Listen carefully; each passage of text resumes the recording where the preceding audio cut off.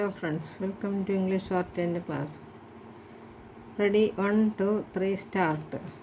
The recent clashes between young Palestinians and Israelis in Jerusalem and in the occupied West Bank are a reminder of why it is so important to understand that the challenge of peace in that region of the world is actually the challenge for all of us who have been witnessing for the past 70 years a murderous and horrific conflict between Arabs and Jews, a common humanity. The refusal to kill or to legitimate murder is the starting point where Palestinian-Israeli reconciliation can begin. The question is, can Israelis or Palestinians imagine each other's death and their shared responsibility for it? Can they perceive themselves as perpetrators of violence as well as its victims? Can an Israeli father or mother imagine that a Palestinian child is as precious as her own? Can a Palestinian feel the same sense of horror, disgust and sorrow when he or she sees the image of Israeli children blown up by rockets or suicide bombers? Forming an answer to these questions begins with Palestinians and Israelis recognizing their common humanity and shared values beyond a continuous reinvention of their victimhood and beyond a persistent tendency to blame the other.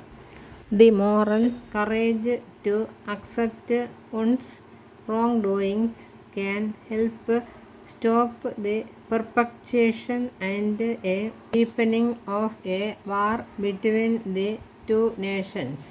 Fearful men and women who cannot visualize a goal or goods beyond a mere instinct to survive cannot help the process of peace. A fearful person cannot love, have desire or have hope. It is perhaps too much to hope that a community, a state or for that matter even an isolated individual can admit being wrong. But to hope is already a step forward, and to do one's best for such hope is a giant leap forward. There is no doubt in anybody's mind that the clash between Israelis and Palestinians is a clash between two versions of the same lived experience. There are no good guys and bad guys in this conflict, as most people living outside this region tend to perceive it. We are talking about two nations that have been living with their shattered dreams and broken hopes. In a way, dying together more than living together has brought Israelis and Palestinians to share the same fate. They are burning in the same fire. So either each nation can run for its own life and let the other fade, or both nations can try to fight the flames together. This is because neither Israeli Jews nor Palestinian Arabs can find a national homeland anywhere else.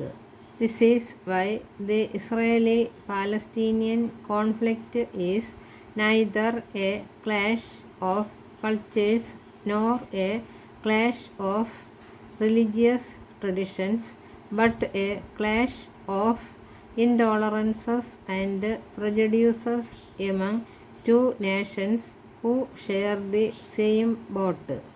For too many years, an iron wall of hatred, violence, and fanaticism has separated the world of Israelis from that of Palestinians. As a result, we have a traumatized and untrusting peoples on both sides. For much too long, the Palestinians and the rest of the Arab world have treated Israel as an infection that will simply go away. For their part, many Israelis have treated the entire Palestinian issue as no more than a vicious invention of a pan-Arab propaganda machine aimed at undermining Israel's legitimacy in order to destroy it.